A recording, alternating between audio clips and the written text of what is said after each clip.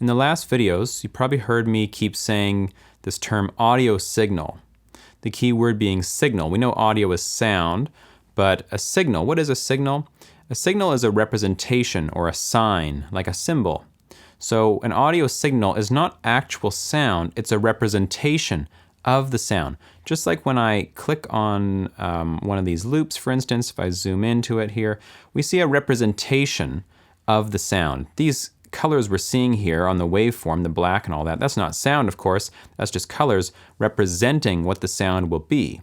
So an audio signal is a representation, and in the case of Studio One and all of digital music, that signal is made of zeros and ones that describe the sound, essentially. We store the sound information in little bits that get replayed to us, and then when it's replayed and comes out of our headphones or our speakers, then we hear it as sound. Then it becomes audio. While it's inside Studio One, so to speak, in the computer, it's an audio signal. It's not real sound, it's just a representation of sound.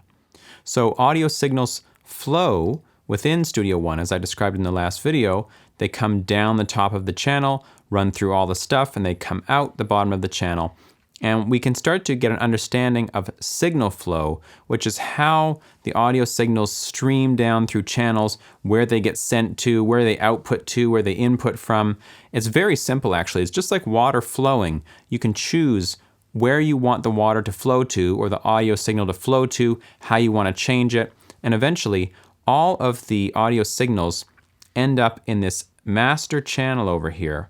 And the master channel, called main on mine, may have a different name depending on how you're using your session, will be a summed version of all of the channels. All the channels flow into one master channel. If I play this loop right now, I can turn down the volume of the entire song with this master fader, because all of the channels are coming through here. So if I mute it, we hear nothing. And just like any of the other channels, we can put effects on the master channel, inserts, and these effects will affect the entire song altogether. If we wanted to put a reverb on the entire song as one thing, we could do that, or a compressor or an EQ or whatever. So all the audio flows through, the audio signals flow through these channels, they come out the bottom, so to speak, and then they come in the top all together. They get put together and come in the top of this main channel, run through its channel strip, and then it outputs here to your speakers. Now I have a whole bunch of outputs because of my audio interface. Yours will probably say much less than this. And whatever that's set to is set to output you out of your computer, out of your audio card, into your headphones or your speakers if you're using speakers or whatever.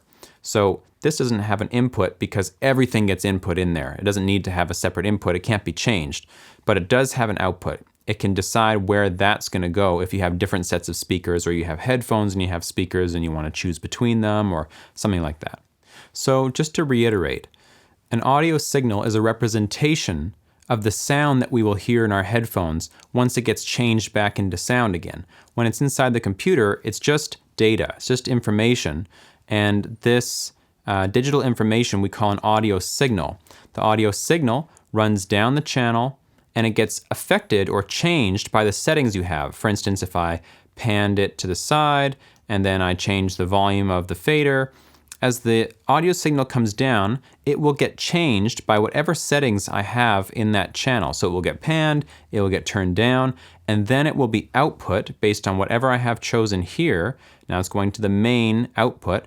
It will go to that channel, get changed by whatever settings I have in here, and then it will get output to our speakers. That's how signal flow works. The signal flows in a way similar to water flows down the channels, getting altered by things that are in the channels, coming into one main channel, and the main channel out to your speakers.